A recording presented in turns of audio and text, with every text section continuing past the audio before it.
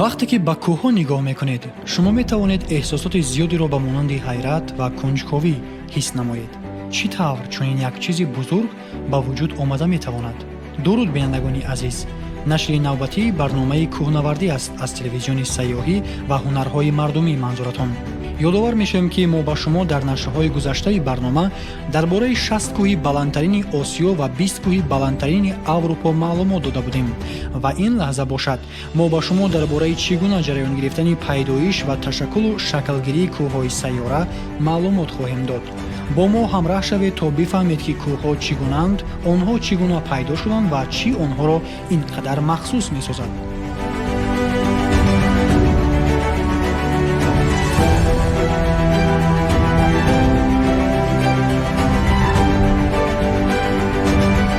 кӯҳҳо 40% тамоми заминро ишғол мекунанд. аксари кӯҳҳо дар осиё ва камтаринашон дар африқо ҷойгиранд. кӯҳҳоро ҳатто дар қаъри баҳру уқёнусҳо низ дидан мумкин аст. баъзеҳо комилан дар зери об пинҳон шуданду қисми дигар баландтар ҳастанд ва хӯлаҳояшон аз об берун мондаанд. кӯҳ шакли геологии релеф мебошад ки аз ҳудуди замини атроф боло меравад. он се қисм дорад: асос, нишебӣ ва қулла. аксари кӯҳҳоро асосашон хеле хуб муайян аст. нишебиҳо одатан хеле зиёд ва бо кунҷҳои нобаробар мебошанд. қуллаҳо гуногунанд, тез мисли инҷо, мудаввар ва ҳамвор. масалан кӯҳи столовияи африқои ҷанубӣ.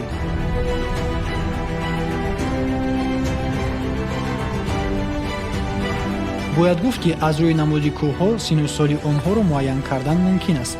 агар қуллаҳо тезу тун, нишебиҳо зиёд ва баланд бошанд, пас дар пеши мо кӯҳҳои ҷавон аст. онҳо дар тӯли 50 миллион соли охир ба вуҷуд омаданд ва ҳоло ҳам дар ҳоли инкишоф ҳастанд. аммо дар тӯли садҳо миллион сол борон ва шамол кӯҳҳоро чунон хароб мекунад ки онҳо паст мешаванд ва қуллаҳо даврашакл ё ҳамвор мегарданд. ин бошад ҳама он чизест ки аз кӯҳҳои қадимтарин дар рӯи замин боқӣ мондааст. ба гуфтаи олимон сину соли онҳо аз 4 миллиард сол зиёд буда, онҳо замони қаторкӯҳҳои нувуагитикро дар Канада ташкил медоданд. кӯҳҳо аз рӯи баландиашон ба паст, миёна ва баланд тақсим мешаванд. зимнан баландии кӯҳҳоро бо ду роҳ чен кардан мумкин аст. якум ин масофа аз сатҳи баҳр то қулла аст. дар ин ҳолат баландтарин кӯҳи ҷаҳон Эверест мебошад. баландии он аз сатҳи баҳр бештар аз 8000 метрро ташкил медиҳад. роҳи дуюми чен кардани масофа аз асос то қуллааш аст. дар ин ҳолат баландтарин кӯҳи ҷаҳон акнун на Эверест, балки вулқони Мауна Кеа дар ҷазираи Гавай мебошад, зеро асоси он дар қаъри уқёнус ҷойгир аст. акнун менигарем ба чӣ гуна пайдоиш ва ташаккулёбии кӯҳҳо. вақте ки шумо дар рӯи замин қадам мезанед, он хеле сахт ва устувор менамояд, аммо сайёраи мо доимо дар ҳаракат аст. вай дар атрофи офтоб ва меҳвари худ давр мезанад ва замине ки мо дар он роҳ меравем низ ҳаракат мекунад. замин на ҳамеша он гунае буд ки мо имрӯз онро мебинем. тақрибан 300 миллион сол пеш дар замин на ин ки 7 қитъа, балки танҳо як қитъаи азим бо номи Пангея вуҷуд дошт. Пангея тадриҷан бо Лавразия ва Гондвана тақсим шуд. сипас онҳо низ ба қисматҳои хурдтар ҷудо шуданд ва тадриҷан тамоми қитъаҳо оҳиста оҳиста ба ҷойҳои ҳозираи худ ҳаракат карданд. шояд суоле ба миён биёяд ки ин ҳаракатҳо ба ташаккулёбии кӯҳҳо дар сайёра чӣ таъсире доранд? албатта таъсир доранд. тамоми сатҳи сайёра ба қисмҳо ё қабатҳои тектоникӣ тақсим шудааст ки оҳиста оҳиста дар баҳри магмаи гудозон шино мекунанд.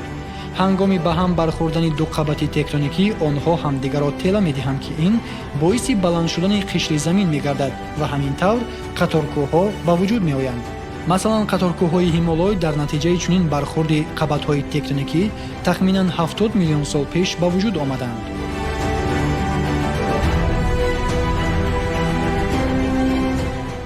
агар хубтар мушоҳида кунем, дар харитаи ҷуғрофӣ нақшаи соҳили шарқии Амрикои ҷанубӣ бо нақшаи соҳили ғарбии Африқо қариб комилан рост меояд. ин назария бо дигар соҳили қитъаҳо низ тақрибан қариб ки мувофиқат мекунад. баъзан қабатҳои тектоникӣ дароз шуда метавонанд ки як қисми замин ба амал оварда ки дар натиҷа як қисми замин ба ковокҳои ҳосилшуда афтода қисми дигараш баланд мешавад. ҳамин тавр кӯҳҳое ба вуҷуд меоянд ки дар як тараф нишебии дароз ва дар тарафи дигар нишебии тез доранд. масалан кӯҳҳои аждаҳо дар африқои ҷанубӣ ё кӯҳҳои сиера невада дар калифорния.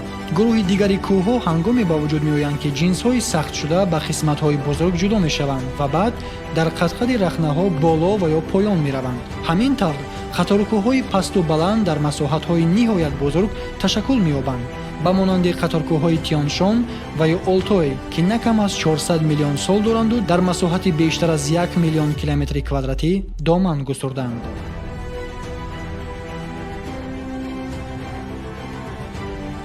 инчунин кӯҳҳо дар натиҷаи фаъолияти вулқонӣ ба вуҷуд омада метавонанд. ин ҳангоме ба амал меояд ки сангҳои гудохта аз вулқон берун мебароянд, магма ҷамъ шуда сахт мешавад. ин давра чанд маротиба такрор шуда меистад ва инак мо ташаккулёбии кӯҳи пайдоишаш вулқониро мушоҳида мекунем. масалан вулқонҳои фудзияма дар ҷопон ё сент ҳеленс дар амрико, ки таърихи шаклгирияшон беш аз 10 миллион солро ташкил медиҳад. боз дар ин баробар ҳолатҳое вуҷуд доранд ки дар зери замин миқдори зиёди магма ҷамъ мешавад, вале сар намезанад. дар ин ҳолат магма хунук шуда дар рӯи замин кӯҳҳои гумбаздор ба мисоли педра ва бока дар бразилия ё бурҷи дев дар амрико ба вуҷуд меоянд. кӯҳҳо инчунин метавонанд ягона бошанд ва ё тамоми минтақаро ишғол кунанд. пайдоиши кӯҳҳои ягонаро шарҳ додан оддӣ аст. онҳо алоҳида истоданд ва аксар вақт пайдоиши вулқонӣ доранд. баръакси кӯҳҳои танҳо, гурӯҳи кӯҳҳо ё худ қаторкӯҳҳо бештар вомехӯранд. аксари ин гурӯҳи кӯҳҳоянд ки дар як хат доман густурданд. масалан эверест танҳо як қисмати қаторкӯҳҳои ҳимолой аст. дар ин баробар гурӯҳи кӯҳҳо низ маъмуланд. ин ҳам як гурӯҳи кӯҳҳост, аммо на дар як хат, балки як шакли номуайянро ташкил медиҳанд.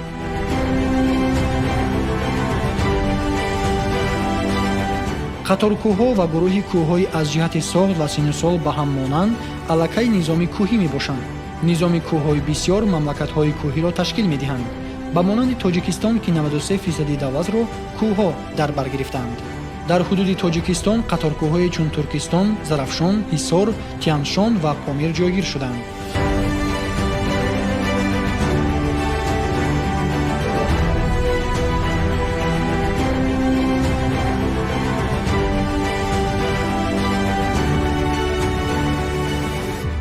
бузургтарин қаторкӯҳҳо ин қаторкӯҳҳои қитъавӣ мебошанд, ки дар тамоми ҷаҳон паҳн шуданд. масалан низоми кӯҳҳои алпу ҳимолой тамоми авроосиёро, низоми кӯҳҳои анкардиелра бошад аз амрикои шимолӣ ва ҷанубӣ мегузарад. агар шумо дар наздикии кӯҳҳо зиндагӣ кунед, пас бо эҳтимоли зиёд медонед ки дар онҳо кадом асрори махсусе вуҷуд дорад. онҳо аз минтақаҳои ҳамвору паст баландқомат афрохта то 80% тамоми оби тозаи ошомидании ҷаҳонро таъмин мекунанд. дарёҳои зиёдеро ба вуҷуд меоранд. ганҷинаи канданиҳои фоиданок мебошанд ва инчунин интихоби зиёдеро барои сайёҳии кӯҳӣ ва варзиши кӯҳнавардӣ ба дӯстдорони ин машғулиятҳо пешкаш мекунанд. инҷо бинандагони азиз мерасем ба поёни нашри навбатии барномаи кӯҳнавардӣ. то дидор, то маълумотҳои ҷолиби дигар.